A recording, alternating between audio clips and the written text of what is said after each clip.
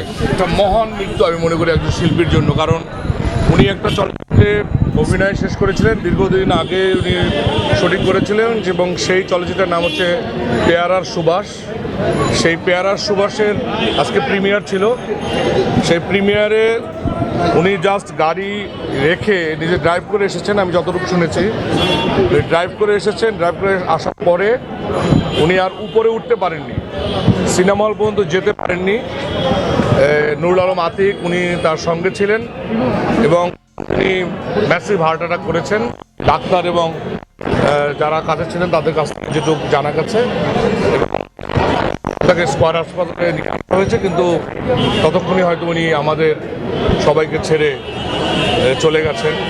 আমি মনে করি একজন শিল্পী যে তার শিল্পকর্মের সঙ্গে জড়িত থাকা অবস্থায় এই ধরনের একটি, আমার মতে বাংলাদেশে বোধহয় এই ধরনের ঘটনা কখনোই ঘটেনি। আমি কখনোই শুনি নাই যে এরকম একজন শিল্পী যে তার ছবি দেখতে এসে এভাবে আমাদের ছেড়ে চলে যাবেন।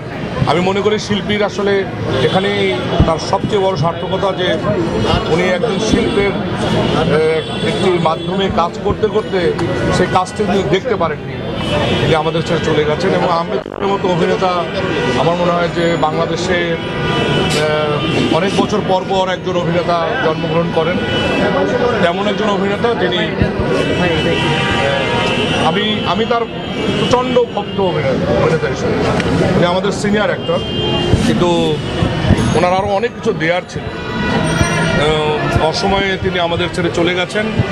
তার এই চলে যাওয়া আসলে আমাদের জন্য আসলে অনেক, যেমন একটা শিক্ষাও দেয় যে আমাদের সবাইকে সুন্দরভাবে জীবনযাপন করতে হবে এবং সহজ জীবন করতে হবে। কখন কাকে কীভাবে আল্লাহ তাআলা নিয়ে যাবেন আমরা তো কেউ জানি না। যাই হোক, আপনারা সবাই যারা আহমেদ রুবেলকে ভালোবাসেন সবাই তার জন্য দোয়া করবেন এবং মহান রব্বুল আলামিন যেন তাকে জান্নাতবাসী করেন।